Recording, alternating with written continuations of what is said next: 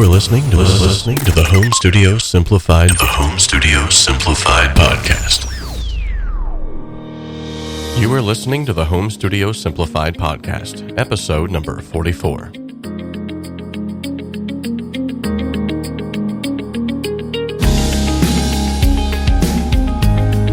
Welcome back, my audio friends, to the Home Studio Simplified podcast. It has been a while, and to be honest, I've kind of missed this.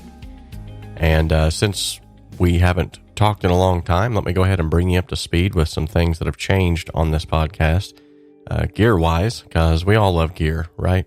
I mean, who doesn't? So I upgraded and got the Shure SM7B not too long ago. It was a rather large purchase for me, but I had a kind of a windfall in the studio. Some things took place, and I wanted to go ahead and get a better microphone for not just for vocals, but I thought, I do a lot of online tutorials, and I'd like to start up the podcast again, and what better mic to use but the legendary Shure SM7B. So I went ahead and picked that up, and I'm running it through the DBX286S right now, the mic preamp and processor. This thing is a staple. Both of these units together, when used in dialogue or in radio, it's just, they complement each other so well. So that's sort of the update as to where the podcast stands as far as new gear. I haven't really bought much new gear other than a couple of guitar pedals and some various little things here and there. But so yeah, it has definitely been a while, and I want to give you some announcements to bring you up to speed as to where things have been going here lately. We are doing a gear giveaway. If you've been following my channel, you've been listening to this podcast for very long, you know that I love to give stuff away. And we are giving away a Donner Alpha FX guitar pedal. This is a super cool reverb, chorus, and modulation pedal all built into one in a very small footprint. I did a review on it, and now I'm giving it away. And so along those same lines, I've actually fired up the Patreon page again. I have not done this in a long time. I haven't even talked about it, honestly, on any of my videos or anything like that. Of course, at the time when I opened it sort of for the public, I had a few Patreons to begin with, and then I kind of just, to be perfectly honest, just got burned out with creating content and making podcasts and seeing hardly anything come from that as far as creatively on my side. And that's a little bit about what we're going to talk about today, and we'll get into that here in just but a moment. So, but the Patreon page, basically the whole purpose of this page is if I can reach a $500 a month threshold through the generous donations of monthly membership subscribers, then I will then pitch 3 or 4 pieces of gear to the audio community, that's the members of my Patreon page, and say, which one of these pieces of gear would you like for me to review? So you'll get a hands-on review of it, and then ultimately, after I review it, I will be giving it away to those who have opted in to be a member. So I would definitely recommend that you go and check out the Patreon page. I think it's a really cool idea. It's a way of giving back to you guys and still allowing me to create content, but this way it's like a win-win. I'm creating content that I love to do. I love doing gear reviews. I just always have. I love doing shootouts and things of that nature. And so not only do I get to do a gear review on a piece of gear that I may have never owned because I didn't have the money to own it, but then you, in turn, have the chance to win that piece of gear after I'm done playing with it. And I'm sure if you've followed me for very long, you know that I love to take really good care of my stuff. So you're not going to get like a B-stock scratch and dent, something that's been drugged behind the car for 3 days. You're going to get a nice piece of gear. So apart from the gear giveaway with the Donner FX guitar pedal and the new Patreon page, I say new, but just the revival of the Patreon page, I also want to let you know that we are doing a ton of Cakewalk by BandLab tutorials on the YouTube channel. If you have not been over there to check that out, I would definitely recommend that you do that as well, because one thing about those tutorials is I've went from sort of this format of making them shorter, sweeter, and kind of to the point, and now I'm making them a lot more longer, more in-depth, and I've actually got really good responses from that style. So we just really did a deep dive on the Pro channel. Every single plugin on the Pro channel was covered. We went into what the knobs do, what exactly the plugin is, and there's some really cool, there's even an Easter egg in that video. Actually, you can get an extra 100 entries into the giveaway for the guitar pedal if you find out what that Easter egg is. And I'm not Dick Tracy. I'm not hunting people down and saying, did you find it for real or not? But if nothing else, it's an engaged viewer sort of a buy-up plan, so to speak. Apart from that, all of the videos that I'll be releasing on that Cakewalk by BandLab tutorial playlist on YouTube, I'm actually dropping each one of those videos into a separate folder. And then if you'd like, you can even buy the Cakewalk tutorial training course for $49, and you'll get all of those videos to watch on your own time. And then every time I upload a new video into that playlist, it automatically goes into that folder. You get an email notification saying, hey, there's a new video for you to download if you want, or you can leave it on that download link and just watch it straight from there as well. And then also I want to make mention of, in one of the last announcements, that there will be some forthcoming interviews that's going to be coming up here soon. I want to get back on that track as well. There's some individuals that I was really wanting to reach out to. And one of them that I'm actually talking to right now is Ryan Earnhardt. If you've not checked him out, go over and check out Creative Sound Labs, the YouTube channel. Just a super cool, laid-back guy. Love his attitude, love his approach at recording. The dude is super knowledgeable, and I'm really anxious to get him on the podcast and kind of pick his brain and ask him some questions and honestly just get to know him better. He just seems like a really, really cool guy, and I want to get to know him. So we are going to introduce a new section into this podcast that we have not done as of yet, and I'm going to call this section The Ear to the Ground. This is basically going to be like a news style type section where I'll just kind of bring up a few key points of something that's happening music wise in the news. And so for the first thing that I want to bring up, this actually was released out of the NAMM 2020 show, and that is, of course, there was tons of gear that was being released out of that, but this is one thing that really caught my eye, and that is MIDI 2.0. Now, MIDI has been an essential building block of how music is made for over 35 years.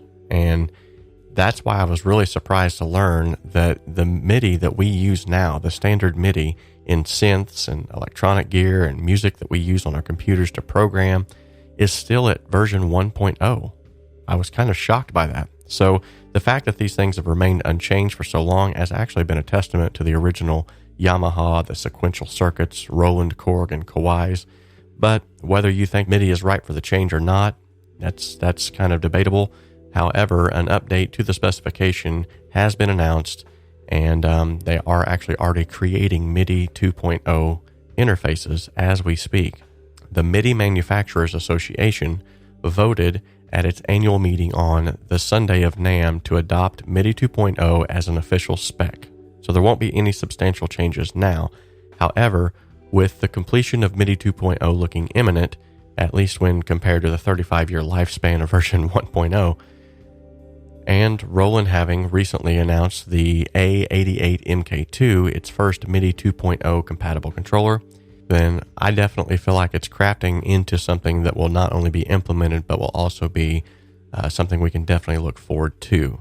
So, in early 2019, we actually saw the first MIDI 2.0 synth and controller prototypes coming together at the original Winter NAMM during that point in time, but nothing was necessarily, broadly released or anything of that nature. As of right now, what does that mean? It means higher resolution for velocity and control messages that will take place within these MIDI 2.0 instruments. So that's definitely something cool to look forward to. Just as a side note, they've already stated that the MIDI 2.0 is going to be fully backwards compatible with MIDI 1.0. So there's not going to be any of this stuff if you happen to ditch everything that you've already got, if they in fact want to upgrade. Okay, so the next thing that I would like to bring up in the ear to the ground section are some free plugins. I'm going to specifically talk about 3 plugins, and I'm going to probably sprinkle these into future podcasts as well, just so you'll have the opportunity to go and pick up some free plugins that I've already researched and used and I think are pretty cool. So the first one we're going to talk about is a plugin by Beatskills called SlamPup. So it's modeled after a famous American unit, they say, and it works well on drums, synths, bass, and buses. And the controls are very simple on this plugin. The bark controls the drive while the bite lets you dial in compression. There's also an overall mix slider. So I don't know if SlamPup contains any algorithms from Beatskills commercial plugin site like Slam XL, but this puppy, so to speak, is great by itself. Just really adds a lot of punch and clarity to things. I would definitely go and give that a look. By the way, everything that I am mentioning in this podcast, the links to everything will be included in the show notes below. So if you'd like to go and check those out, feel free to do so. The next plugin we're going to talk about is the Audio Things Blindfold EQ. So the Blindfold EQ addresses a very real problem that many of us actually have. We get too much focused on visual feedback from the plugins that we use, and we tend not to use our ears as much. But EQing is one of the staple things that you do not want to focus so much on visual, so it should be more about listening. And that's why Audio Thing has completely eliminated any frequency gain and cue numbers from the Blindfold EQ. It's a 4-band EQ with low and high shelves and 2 parametric mid bands, but it forces you to listen instead of dialing in the usual values, which is, honestly, in my opinion, it's not a bad idea at all. All right, and lastly, we have the Caelum audio tape cassette. Now, over the past few years, we've seen a few nostalgic emulations of the cassette tape recorders used in yesteryears, like Cassette and Sketch Cassette, but this one by Caelum Audio is completely free, which makes it even easier to add those retro vibes to your tracks. So Tape Cassette is very simple. It offers 5 controls for saturation, low pass, noise, wow, and flutter. So if you're after that classic Type 2 Chrome Dolby B sound, then I would definitely go and check out this free plugin. Yet again, links will be included in the show notes. Okay, that concludes our ear to the ground section of this podcast. We're going to move on now into the main thought, which in this case is overcoming creative blocks. So in order to make this easier for you to remember and maybe to implement some of these things, make it a little bit more actionable, I've actually created 10 steps that I think will help to get you over that creative block that you're facing right now. And so you might get a pad and a pen and paper and write this stuff down, or even better, save this podcast on your phone so that you can come back and listen to this later. So number 1, get it down on paper.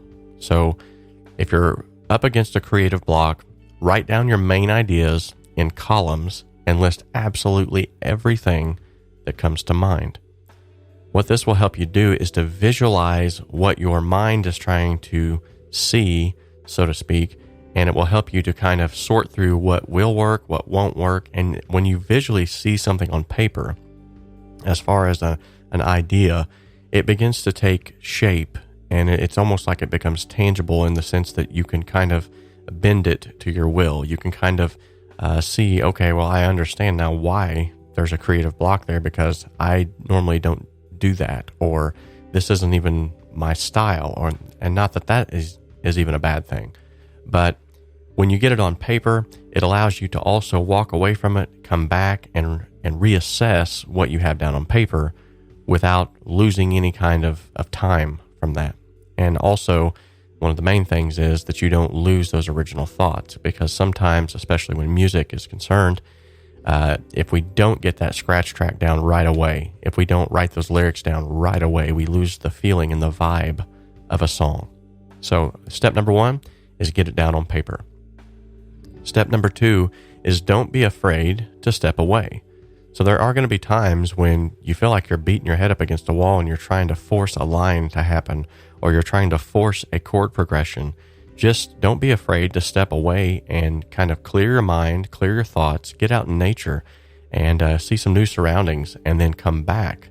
And especially if it's already down on paper, you'll kind of know where you left off, and you would be so surprised about how many times that has helped me to just look at things with fresh eyes and hear it with fresh ears. Step number 3, always carry a notepad with you. Now, this doesn't have to be a physical notepad, pen and paper that, per se, that you write things down. I actually use my phone a lot and the Notepad app to write down ideas. In a previous video, I even covered a couple of apps that I love to use, and one of them is the Lyric Notepad, which is a rhyme generator. It actually tells you how many syllables are in each sentence. There's a lot of cool things wrapped up in that app, and that app will help you as well to to sort of get a best foot forward. But the main thing is to always carry something to catalog ideas that you'll have throughout the day that will just kind of drop into your mind and get them down. Number 4, put some fun in your studio. So a lot of times when we come into our home studios, we have one goal, one objective. We are razor focused on making music, and that's not a bad thing. We need to have that focus. But at the same time, if whenever you step into your studio, it feels more like an office or some CEO's lair, you got to add some fun, sprinkle some fun in there. Either, try some rearranging some gear. Maybe, I know in my instance, I actually have some Lego figures that I put up there just to remind me like, hey, this is fun. This is something that you do not just because it's part of your business, but this is something that you do because it's part of who you are, and it's part of what you find fun. So just find some way, whether it's lighting change or, throw in a lava lamp if you have to. Just do something to add some fun in the studio, and you would be so surprised about how much just that element of lightheartedness will sometimes break those creative blocks because we get so serious about our work. So that was step number 4. Step number 5, don't retread your steps. So if you went down one lane, so to speak, and you've tried chord progression, C, D, G, I don't know, I'm just going to throw those out there, and you feel like it's not working, you come back, you pick it back up, and it's not working again, then don't retread your steps. Try to maybe put a capo on your guitar. Try to play a different instrument. Try to do something different from what you did before, and that will help to break that creative block, because then you're going to come to that place where, and this will bring me into step number 6, which is to broaden your horizons. And by this, I don't just mean play a different instrument either. This might even be completely going outside of the genre of music that you're used to playing. I mean, just even here recently, I actually wrote a rap song. Well, I didn't write the rap song, but I actually helped with the third verse of a rap song. And I haven't wrote rap since I was like, 15, 16. You would not believe how liberating that was to break out of the usual pop, rock, bluesy style that I'm so used to playing here, the acoustic type folky stuff that I'm so used to playing, and actually writing a rap verse. I mean, it was mind-blowing too, because whenever I actually got it finished, not only was it liberating in the sense that I'm like, wow, I'm doing something different, but the person that I kicked it down to, I pitched it to, which happens to be a client, I'm mixing his work right now, he actually liked it. To my surprise, I was like, I can't believe this is actually happening. Like, in fact, he's actually got a pretty good ear for these things, and he told me it was rather decent. So that actually did something to me internally. It kind of broke some things too. So that was good. So broaden your horizons. That's step number 6. And then step number 7, which I've already kind of touched on this, but I want to touch on it one more time, is get a fresh perspective.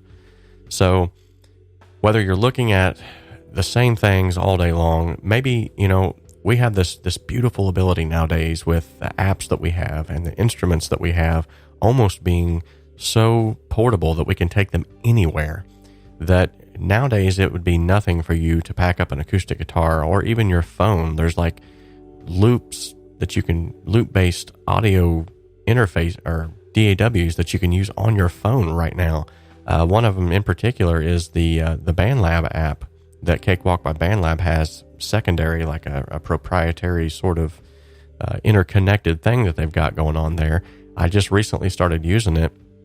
Believe it or not, I've not even really, I think I used it back in like 2018 a couple times, and just didn't really see any need to really dive into it. But here lately, I've been kind of like getting it back out and downloaded it on my phone again, was playing around with it, and it was really cool to think that here I am sitting in the parking lot while my wife is going in to get some groceries or something, and I'm making music. And it's not just like stuff that you can't use. I mean, it's actually got some really good sounds on it. So by get a fresh perspective, I mean, just get outside of the studio completely. Take your acoustic guitar and go sit by the river. Go to a friend's house. Go jam in a basement setting again. like you haven't done since high school. I don't know. Just do something. Get a fresh perspective on things, and I promise you that fresh perspective will help you to break through that creative block. And then the other thing too is, and this is step number 8, explore other creative disciplines. So maybe you've never picked up a paintbrush. Maybe you've never tried your hand at sculpting or, doing things of that nature, photography, videography. Just try and explore those other creative disciplines and see if that doesn't unlock the potential for music as well. Because what I've noticed is I recently got into photography and videography 3 or 4 years ago. Like, I've always loved it, but I just kind of always, it was just more of like a passing thing. And as I started to get into it again, I started to see, and actually I talked about it on the last podcast, the audio video parallel. I started to see how all this stuff is kind of interconnected, and it helped me to, with fresh eyes and fresh ears, come back to the studio. And I don't know what it is about when you are a creative person, just doing anything creative sort of unlocks other areas of creativity. It's really cool how it works. So that's step number 8. Step number 9 is go against the flow. Do something completely different from what you're normally doing. If you play a guitar, try to pluck something out on a piano. Sit down on a drum set. If you are predominantly a singer-songwriter, maybe try to make a loop-based song just to see if you can do it. Try to challenge yourself and go against the flow of what you're used to doing. And then step number 10, and this is probably the most important yet also the most overlooked, is simply sleep on it when you can. I know that sounds completely counterintuitive, especially when you're wanting to be creative. Well, there's nothing creative about sleep, is there? Well, in all actuality, it's been clinically proven, medically proven, just theoretically, it's all over the place, that the more sleep that you have, the better you are going to perform at said task, whatever it might be. And I know myself personally, when I'm under the weather and I don't have I've got sleep deprivation going on, I'm not the quickest on my feet. Things don't flow together like I feel like they should. And sometimes I can be so tired that I don't even feel like myself. And when you're in that state of mind, you're not going to create something that's true to you. You're going to create something just to create something. So seriously, sleep on it when you can. And I would even suggest that when you do go to sleep, try to do something to take your mind completely off of whatever project is that you're working on. Listen to something as you're going to sleep, a podcast. Hey, this podcast might even work. I'm sure my voice could lull you to sleep even now. But anyway, seriously though, like when you can sleep on it, just step away and, pick it up the next day when you've got some rest under your belt. So that's the 10 things that you can use to overcome creative blocks. And I hope that they have been helpful. Yet again, all of the things that have been spoken of in this podcast episode, the links are included in the show notes, and this will also eventually become on YouTube. So if you didn't have time to listen to it on your phone, and maybe you want to use YouTube to do it, you can do that as well. So I will be posting that on both areas to sort of maximize the reach of this particular podcast. And I should have been doing that a long time ago, honestly, but I just never did. So until next time, guys, remember that music is meant to be loved and cherished and held and caressed. And whenever we get to that point where we have that creative block and we get so down on ourselves because we're not creating anything and we know that we need to, that we want to, for us, it has to be. I know exactly what you're going through. You come home from work, you've had a rough day, you sit down, you pick up your guitar, and it seems like all of the worries of the world just fly out the window with every chord that's being strummed. And then there's other days where it's like it doesn't do a thing. When you get to those points, though, don't get discouraged. Don't get downtrodden. Don't get downcast. You have to realize that you can't do everything all the time, and you're not going to be on your A game all the time. So just try your best and use these 10 steps to try to get past that point. And I guarantee you, you're going to be able to overcome your creative blocks. Until next time, guys, you all have a blessed day, and I'll talk to you later.